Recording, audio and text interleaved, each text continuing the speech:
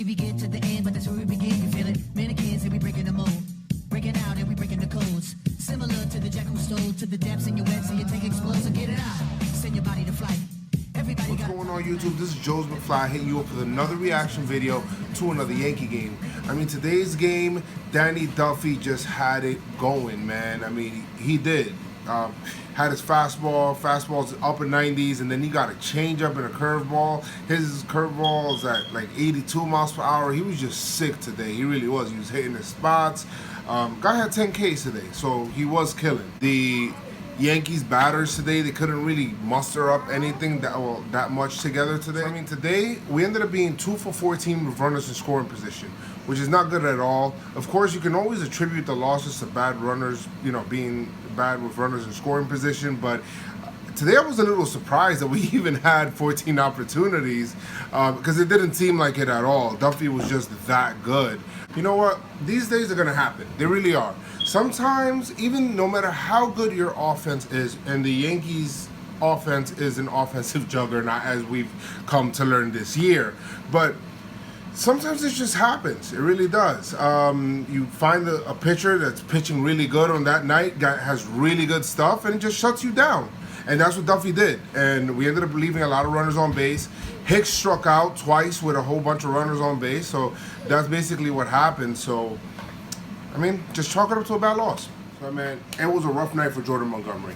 It wasn't Mount Montgomery today. It was more like a little molehill. Jordan Montgomery today gave up 5 runs on 4 hits over 5 innings. I mean, it was just a pretty bad performance. So, well, I mean, 2 of the runs, to be honest, they probably should have been unearned because Castro should have turned a double play, but he threw it low, and Carter probably should have scooped it up, but he didn't. But you can't assume a double play. So, but the other one was just a straight mistake pitch to Moustakas. He just grew. It was just a curveball that he hung, and he did what he was supposed to do with it, and he smacked it out. So, ended up being 5 runs, but just not a really good performance for him. The problem was, the thing that bothered me most about the home run to Moustakas, it wasn't the actual home run, it was what happened right before. You end up walking a batter that I think has like a 211 on-base percentage. Alcides Escobar has been horrible this year. Batting leadoff, you walk him, so you put him on base, a guy that doesn't walk. I'm talking about he doesn't walk. You walk him, and then that ends up leading to the bomb. That's, you know, that ends up putting it in the hole, you know. Plus Duffy pitching the way that he's pitching is just not a good combination. The Yankees, even though all of that still happened, you know the identity and the makeup of this team, they're just not going to give up. So I still stayed glued to the TV. 27 outs. 27 outs. I mean, long and behold, they did make some noise against Herrera toward the end of the game, but just a little bit too little, too late, really. But we didn't get shut out. Yankees are still one of 3 teams that still have not been shut out this year. But I mean, that was one of the bright spots. The fact that they still didn't give up. You know, it looks like their identity, their makeup won't let them give up, and they're still going to keep grinding out at bats. They're still going to keep on trying to go for it and try to win. And you know what? They were still a batter away, honestly, from getting the tying run up to the base and still making some kind of noise there. But then, you know, Gardner did hit the ball, can't guide it, ended up hitting it right to the outfielder that was questionable all night. But I mean, a big bright spot, a big bright spot on the day is Chad Green. After that happens, the guy gives you 5 innings.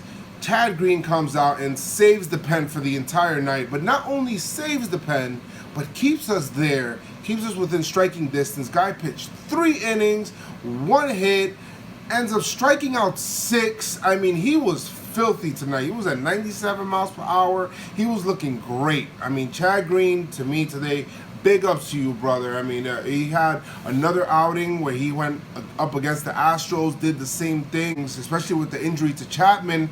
The pen is short, and Girardi needs somebody to fill in that role that can be able to be that long man that still keeps you in it.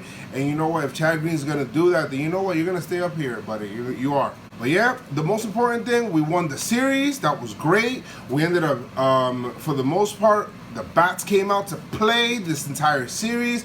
That's great. We still hold first place. We're still, I believe, we're a half game up on the Orioles. We missed a prime opportunity today because the Orioles lost today, and we could have gained another game on them, but I mean, whatever. We still have Tampa Bay coming up right now next on the docket. And you know what? Weird things happen in Tampa Bay because of that weird stadium out there. But you know what? We're going out there. Severino's going to go out there. We got Tanaka and we have CC for this series. So we're looking for big things out of them. Hopefully we keep the ball rolling. There's two types of Yankee fans right now from what I'm seeing. One is the more pessimistic Yankee fan where they're more like, oh, you know what, the starting pitching, you know, and you know what, coming into the year, it is the starting pitching. And I understand why you would be negative about that, as you should be.